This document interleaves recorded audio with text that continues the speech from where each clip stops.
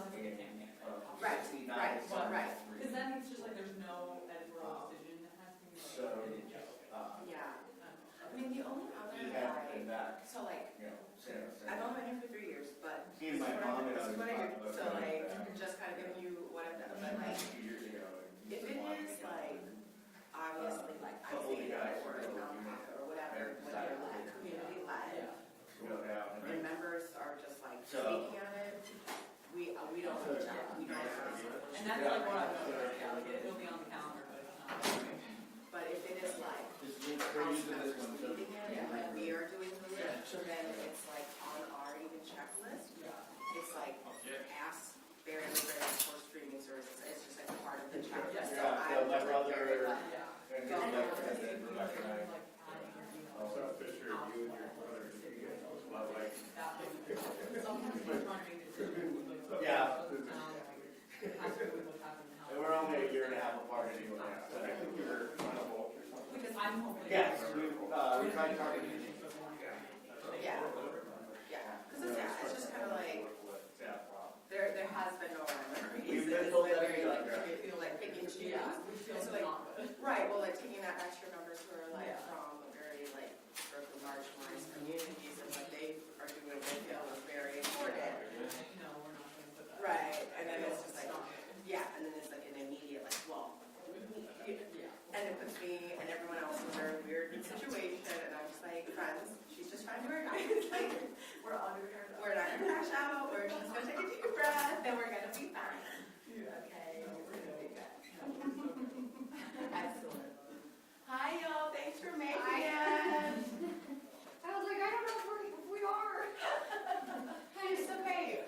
Don't like scrambling, so. Yeah, well you have time. We're not, we're gonna start until 11:15. The room is booked at 11, but it gives us a little time to get, get all of them together. So don't you worry. Thank you.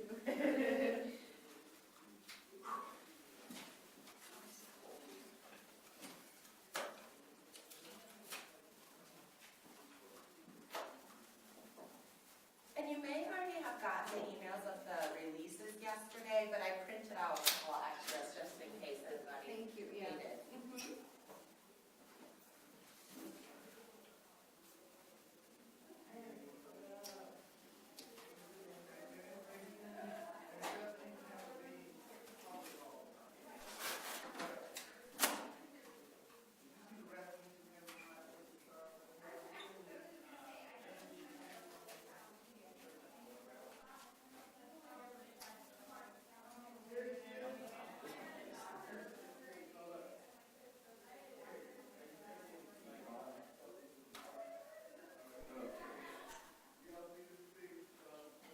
We make pretty good time, I think. Oh yeah.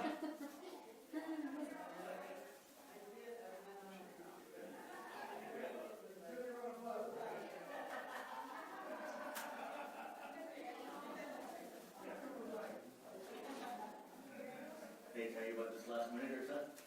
No, I just got hung up at the station. Well, that Why? was I was like, we were rushing and then I was like, I thought you were familiar. Yeah, hey, how are you? I'm good, how are you? Yeah, I work for them. I know. So here I am. Yeah, we're streaming it, so they send you like babysit the replays and just make sure it's not. Are you doing this today? What else is happening? So there's children's just announcement. The straight just had a push about it. Like 41 minutes ago, Minnesota's defense Gender-affirming. It's like breaking news, but that's not. Yeah. It's like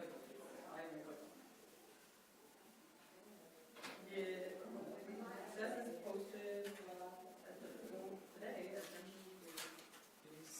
Maybe they just had to set something new about why. The health system made the movie reluctantly according to the written statement. So maybe they just heard back from them or something. Or maybe they got something little up yesterday and now just bigger story up. Yeah, I haven't even been following that closely, so I could go.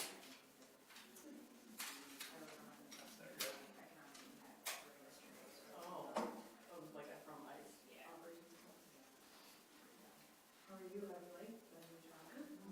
Yeah, obviously session hasn't started, so I haven't been exposed to like full craziness, which will be interesting. I'm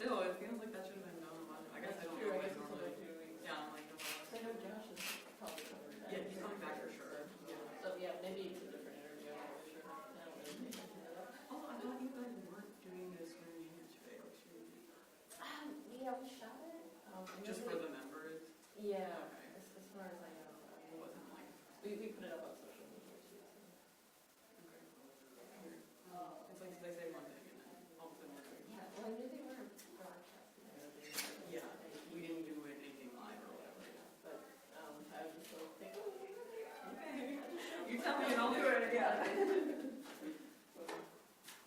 It was really quick, it was, Yeah, no, I mean, we had it on the schedule for like an hour, and then we were supposed to go over there when it was done to do the interview, and all of a sudden, it was like, it started at 12:30, and at 12:36, it was like, I think they're done. Like 6 minutes. I mean, I stuck around for a group chat, and even Yeah. then I think I was back in the office before. Yeah, we had to run, luckily we went over, we saw them like wrapping up, so we just went over there early, and we Okay. like knocked it out, and like they were way ahead of schedule, which is a good thing, but Yeah, funny. yeah, it's unusual. Yeah, a whole hour. Okay.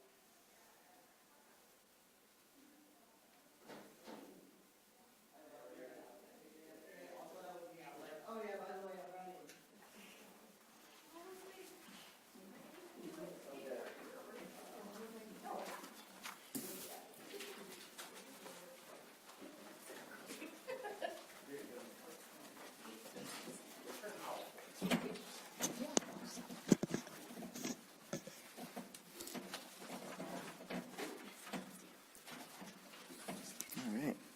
Well, good morning, everybody. Thank you for joining us. My name is Rep. Leash Kozlowski Ozawa Anaquad. Yellow Cloud is my Ojibwe name. I use they, them pronouns. I'm really proud to represent Duluth and also a proud two-spirit person and the trans non-binary person, member of our caucus here. We're here because, as you know, Children's Minnesota is one of a handful of pediatric hospitals across the country facing relentless federal intimidation, including threats of investigation, revoked funding, and even potential civil or criminal penalties. Their decision that was announced yesterday to pause certain gender-affirming care services is a direct result of these escalating federal campaign attacks to punish hospitals for doing exactly what every hospital should be doing, and that is providing evidence-based, life-saving care to patients and families. We're gathered here as lawmakers, as community leaders, and most importantly, families and children who are deeply disappointed and gutted by this decision nonetheless, and it has sent shockwaves across our state and across the country. And I just want to say, to every single trans, non-binary, two-spirit youth out there, you have every right to feel sad, to feel heartbroken, and to feel pissed off. That's right. You are loved and lovable, and you deserve the care just as any other kid in this state and this country deserves. Children's has been a beacon of hope and joy, providing compassionate, evidence-based care to youth and families, rooted in body autonomy, care, compassion, and belonging. And I will say that as representing Greater Minnesota and families who have come seeking refuge across the country, this will have an outsized impact. Even a so-called temporary pause causes massive disruptions for care, breaks trust between patients and providers and the families, and it really causes our families to have to scramble for alternatives and overall drives them further away from healthcare, where we already face massive discrimination. This is a profoundly heavy and dangerous moment that we're gathered here as our community continues to face aggressive efforts to be erased. This is nothing more than that coordinated federal attack, and representatives and others will talk more about that, but this is really political theater. It's the same political theater against our kids and our families as this government is caging and detaining our children here in Minnesota and kids of color and immigrant children. Gender-affirming care is a wide umbrella from social support to self-expression. In some cases, there's puberty delaying medication that allows kids to just breathe and hit the pause button that they need to make the best decisions for themselves, to feel home in their body. This is life-affirming and life-saving care, and as someone who uses gender-affirming care in both the Twin Ports to here in the Twin Cities, I know the extreme joy and relief at taking those steps and actually being able to receive the care that you need to feel home in yourself. That first affirming haircut, to having your pronouns and name affirmed, to that first dose of HRT and being able to feel like my body is my own. That is what our children are experiencing and waiting in anticipation. And unfortunately, that is what this administration and what politicians out there are trying to rip them away from. I also want to acknowledge the stress that families are enduring of having to go to multiple clinics, having to go to multiple pharmacies, to blood draws, and all of that gets in the way. I'll say shame on this administration for wagering the lives of our nation's youth for political gain. When children tell us who they are, we should listen, we should love up on them and support them. The other message that we want to send today, in addition to a call to action, is that gender-affirming care remains legal, best practice, and evidence-based. Our laws are strong, our values are clear, and our commitment is unshakable. We will fight to the bitter end to protect our trans youth. I've been reflecting a lot as a Mexican and Ojibwe person in this time that we've been raising the alarms, that attacks on us are attacks that are going to land on your doorstep next, and they are here. If this administration and officials are spending hundreds of millions of dollars to attack our healthcare for trans people and entrenching regressive norms, then those same people and corporations are hoping you don't notice when they're raising everybody's healthcare, sabotaging our public good, and compromising everybody's well-being. So pay attention. We need you all in. For anybody who is a person of good conscience and goodwill in Minnesota, to our institutions, to our hospitals, to elected leaders everywhere, stand up against this tyranny that is happening on our lands and on our people. Match the courage and the bravery of Minnesotans. Speak up, fight back while you still can, for our freedom and yours. We are grateful in Minnesota to have many leaders standing up, leaders like Hannah Edwards, who are also supporting our families, and I want to invite her up to the podium next. Thank you. Hello, everyone. My name is Hannah Edwards. I use she, her pronouns. I'm the mom of 2 amazing daughters, and my oldest daughter is trans. I'm also the executive director of Transforming Families Minnesota. We're Minnesota's largest support network for trans and gender-expansive youth and their families. I stand here today representing over 1,000 group members in our private community. Many of them would be here to share their stories themselves, but it's not really safe for our families to speak out publicly. So I'm here to share how this pause in care affects our trans children and our families. I want to start by saying that we love our doctors who provide gender-affirming care. We build deep, trusting relationships with them, often over the span of many years. These doctors listen to our children. They help guide our families in making thoughtful, healthy decisions about medically necessary gender-affirming healthcare and our children's futures, all based in best practice and medical standards. These decisions are life-saving. What we do not appreciate is the intimidation that HHS and the federal government are placing on our physicians and our care providers. We also do not accept that this pause in care represents what those physicians or we as parents know to be best practice. We as parents do not accept that this pause was inevitable or that it's acceptable conduct from our healthcare providers.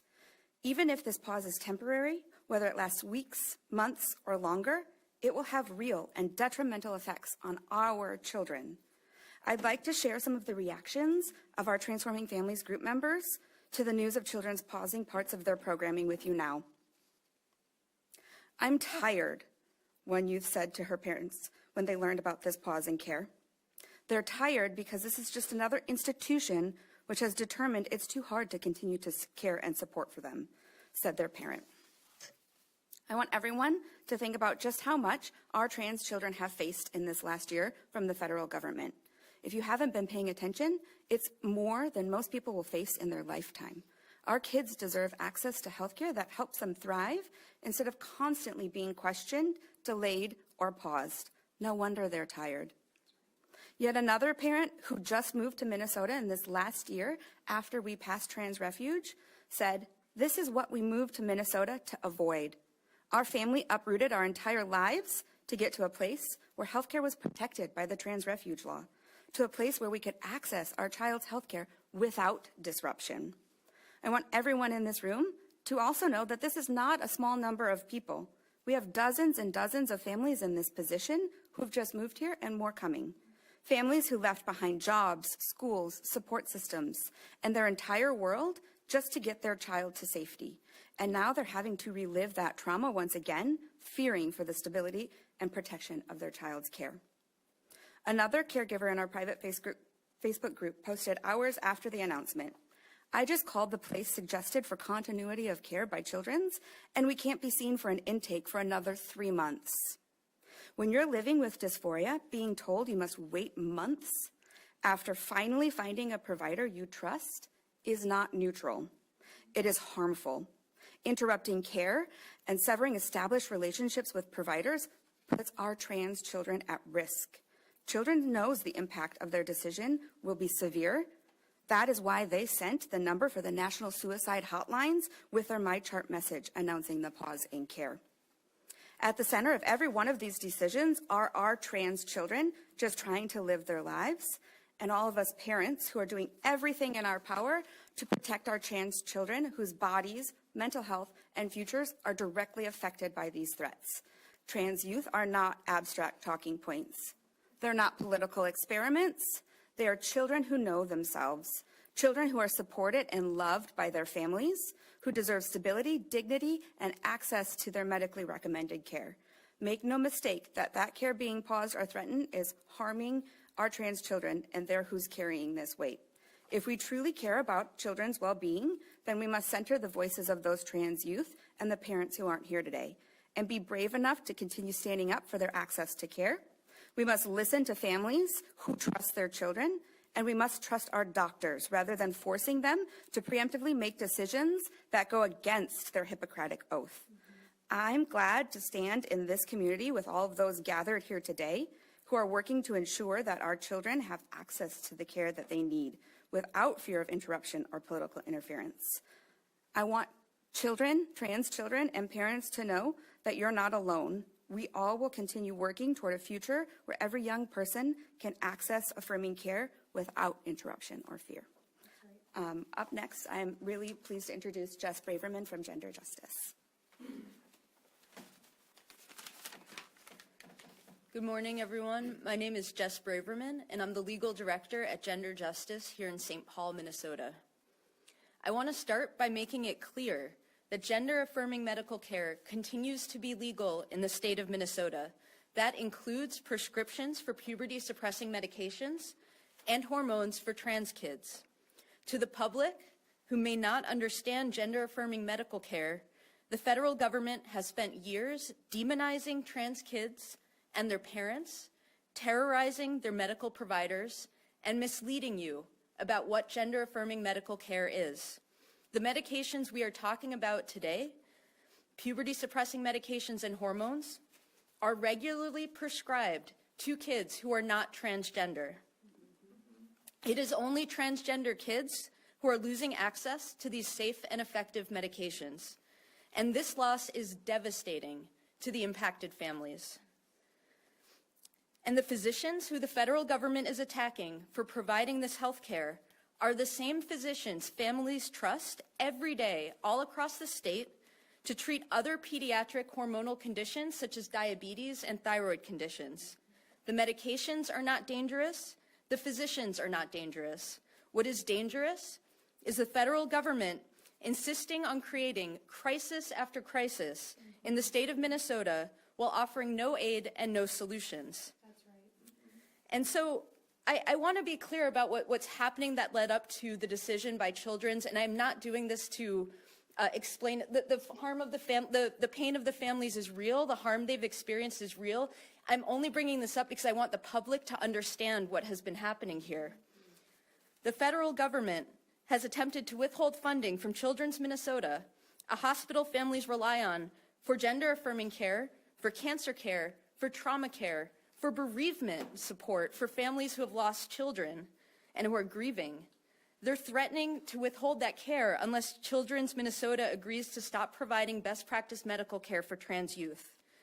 Depriving families of life-saving care does absolutely nothing to make healthcare more affordable, more accessible, or more equitable for anyone in the state of Minnesota. And to the trans kids and their parents impacted by this decision by Children's Minnesota, I spent a really long time trying to write something that would fill this void and address this. I have no words. This is horrifying. It is really hard to find a medical provider that you trust. It is really hard when that trust gets damaged. We at Gender Justice, we believe that gender-affirming medical care is mainstream medical care. It should remain in mainstream medical care. It should not be separated out and put in separate clinics. And we will do everything we can to ensure that the providers who continue to provide that care can continue to provide it in Minnesota, and to make sure the pause by Children's Minnesota that they announced as temporary is actually temporary, and that care can resume. Thank you.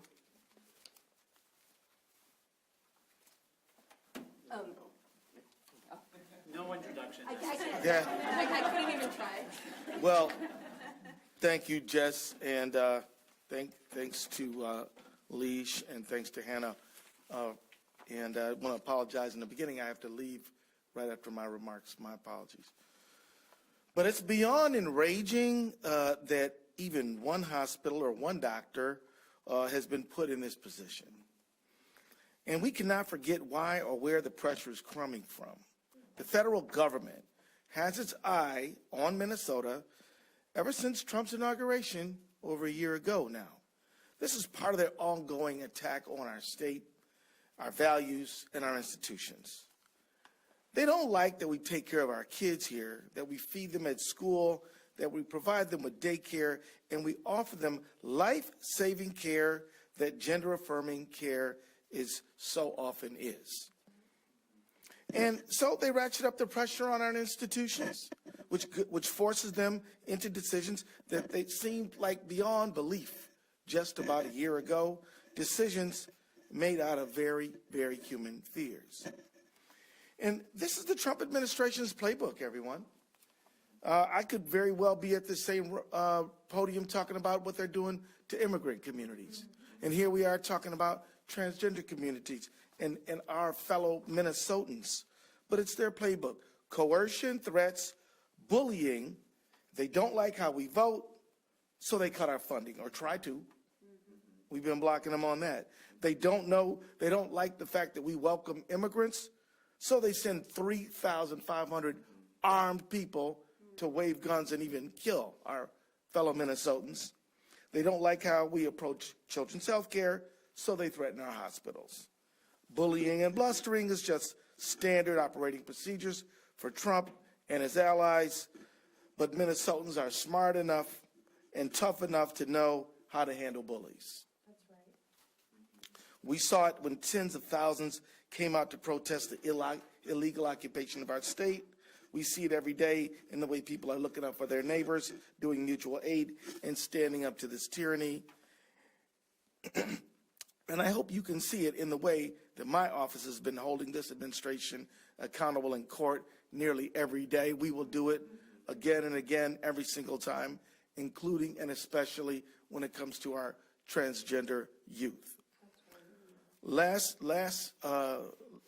think it was late last December, RFK Jr. issued his so-called declaration to try to limit access to gender-affirming care for young people, threatening to punish any doctors, hospitals, and clinics that continue to provide it. We took him to court as part of a coalition of 20 states to block his declaration. But let me point out the obvious. It is beyond absurd for this man who has never spent 1 second inside of anybody's medical school or practicing medicine or in a clinic to get up and declare what is good and bad medicine. He doesn't know. I don't know, maybe it's proximity to power. Maybe it's the worm thing, I don't know. But it's broken. Something going on up there. And let me point out how repugnant it is that a man who was born with every conceivable privilege, every privilege that any human being could ever possibly aspire to, uses that privilege to stomp on kids. It's repulsive, it's disgusting, and we'll never stand for it. March 6th is just 1 month from now. We have a critical hearing on our motion for summary judgment in our lawsuit against RFK's declaration. We also have a commitment in writing from DHS that they will pause enforcing the declaration for 30 days after the hearing next month. If the judge rules in our favor, and I am very confident that they will, I expect that they will, and we win our case, a win for the rule of law, a win for young people for whom gender-affirming care is life-affirming care. That's what it will represent.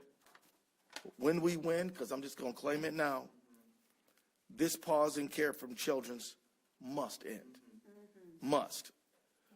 So I want the trans community, my dear friends and neighbors who I claim as my own, and I want them to know this, that we will never back down. We're nowhere near being tired, and we will stand with them every single step of the way. And that's all I got to say. All you gotta say. Thank you. Oh, Thank you. You don't got it. Thank you for being here. You go do the rest of the good you're doing. Hello, everyone. My name is Lee Finke. I use she, her pronouns. I represent District 66A in the Minnesota House of Representatives. I don't love following our Attorney General, but everything he said stands. So just a few weeks ago, I stood at this podium and talked about this administration's trans eradication policy in America. We have seen the revocation of our federal recognition across all law. We have seen discrimination protections dismantled in more than half of U.S. states. We have seen trans people and trans children targeted, lied about, scapegoated, and more. This is happening for a very specific purpose. This administration wants trans people gone. I say this not to justify what is happening to our health care, but to set the appropriate landscape for us to understand a decision like that which was made by Children's Minnesota. Children's has been put in an impossible situation by a ruthless administration that is trying to destroy their entire hospital practice. We have seen similar decisions by children's hospitals around the country because hospitals, providers, medical groups, insurance companies, and every other lever of the medical establishment is being pressured to stop providing gender-affirming medical health care to trans kids. This has been a long time coming in Minnesota. In 2023, in order to protect transgender children and adults and their access to gender-affirming care, the Minnesota Queer Caucus, along with our DFL colleagues, support from Governor Walz and Lieutenant Governor Peggy Flanagan, built the strongest trans refuge state in America. We did this because gender-affirming care is medically necessary, life-saving health care. We did this because in Minnesota, we protect our most vulnerable communities. Just look at what is happening right now in our streets. We stand together in Minnesota. Even before we passed the trans refuge law, the walls were shrinking for our community. Now that Trump is back in office, now that his national fascist project is being implemented with no regard for humans, for human consequences, especially for trans kids and adults, we are more at risk than we have ever been. Today, this action we are discussing is about our kids. Trans kids and their parents are among the most vulnerable populations in America. Many of these families, as you heard, moved to Minnesota specifically because we promised to protect their health care. And I want to be clear to those families, your health care is still protected in Minnesota. Children's Minnesota is making a heartbreaking decision to pause this care. I know it is heartbreaking for the providers at Children's, and I know it is doubly so for patients. It is painful to see this happen. It is painful to see the lengths the Trump administration will go to destroy our small community. Children's has declared this pause to be temporary, and I fully expect that they will return to their full slate of gender-affirming care in 60 to 90 days, as they have suggested. This care is still legal in Minnesota, and Minnesota's gender-affirming care healthcare providers must continue to offer it to all trans and non-binary patients. Yes. Our lives depend on it. Trans and non-binary kids and adults in Minnesota, all across the United States, deserve healthcare providers who will go all the way to the mat for them. We must fight all the way to the end for trans kids. We cannot continue to be sacrificed for the greater good until our community is simply gone. So we need you all to stand for us. We understand the difficulty. We understand the despairing situation and the risks. We understand every other five-alarm fire that is taking place in this nation right now. But we still need you to stand for us as well. This ruthless, uncaring, dehumanizing administration that we are living under is doing this work to everyone who is different. And that includes our most vulnerable trans and non-binary kids. And I thank you for coming here. I thank you for listening. I thank you for responding in the way that we need you to, which is to protect trans kids. With that, we'll take some questions. It's been stated, that this care is legal in the state of Minnesota, and, Attorney General Ellison has this lawsuit that's ongoing. Is there any other responses that, state leaders have to this attack, or is it kind of just at this point standing on defense? And is there anything else that you can do in response to this? Do you want to take it? Lawyer? All right. There's very little we can do in response to this. The truth is, we have every single law that we need in the state of Minnesota to protect this care. We have the Minnesota Human Rights Act, we have the Trans Refuge Law, we have the law guaranteeing insurance coverage for gender-affirming care. The apparatus of the refuge state is strong. The problem is that we have to go to court with these insane declarations and cruel policy changes, and to just be on defense all the time to hold what we have. I am sure that those who have stood for the trans community in our government continue to do so. But just like with every other crisis that we're seeing, our powers, our hands are limited. What we can do is limited in the state of Minnesota because this is our federal government, and it has been captured by an authoritarian project that's out of control. And I would just add to that, as a civil rights legal organization, we do see it as our duty to make sure that the laws in Minnesota are enforced. Minnesota has constitutional protections for transgender kids. We have statutory protections for transgender kids. We do not want to see anyone singling out and targeting transgender kids for worse treatment because of who they are.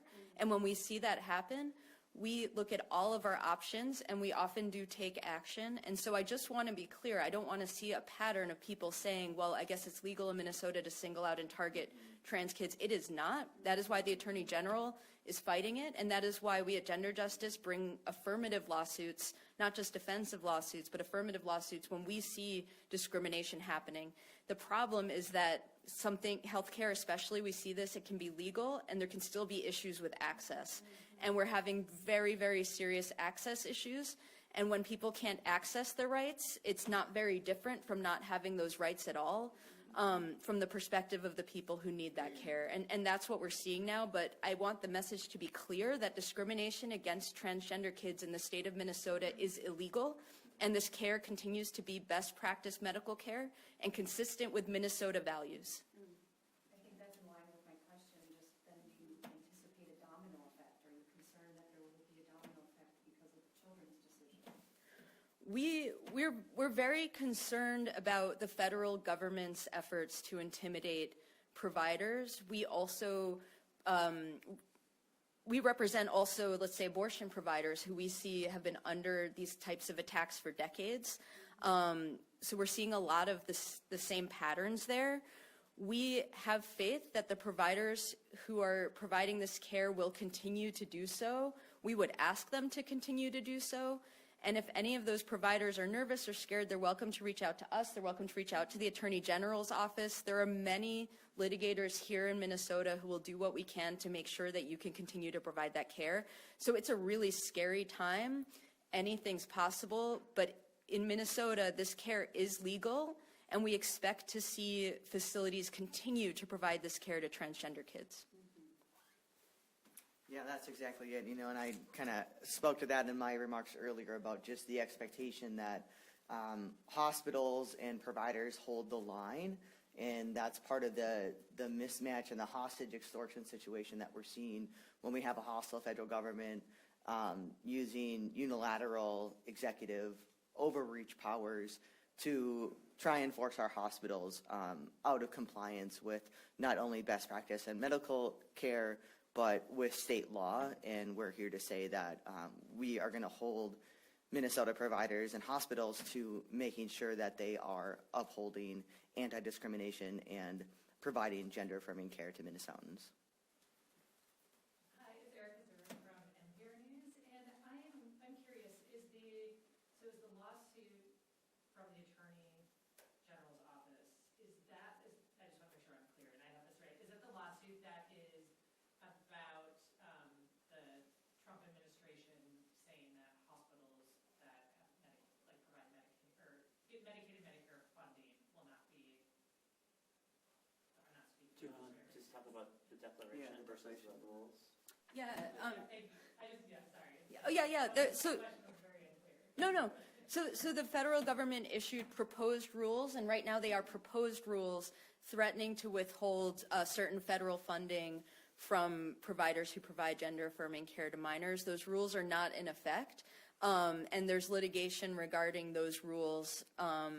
There's also separately from that a declaration by HHS about providers who provide this care. It's based on misinformation, it's based on bad science, I would say junk science, and it's another attempt to threaten providers who provide this care.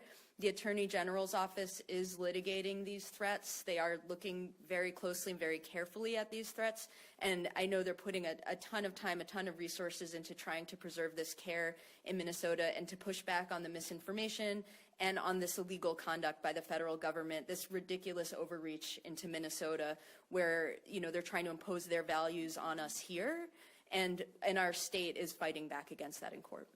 Okay, great. So Children's Minnesota has the temporary pause. Is the timeline might be based on that litigation? Is that Sure. I just want to make it clear that the Children's Minnesota's action is about the declaration lawsuit, because under the declaration from RFK Jr., after that was made, Children's Minnesota was specifically targeted and called out on Twitter by the HHS people as one of these being investigated. And then we had the action in court to put a pause on that, and that agreement said they would not continue investigation, but it did not sort of provide the security that those who had already been targeted were going to not continue to be penalized.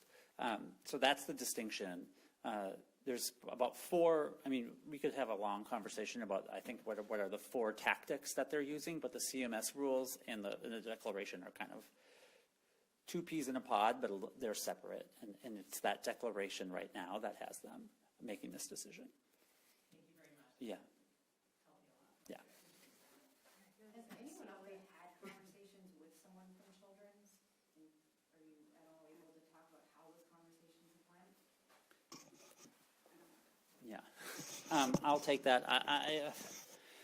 We work very closely with Children's. The director of their gender-affirming care program was an absolutely invaluable part of our work to pass the trans refuge state in Minnesota. I have met with that person, and I've met with the CEO and the folks who are there. I mean, we're not separated from them.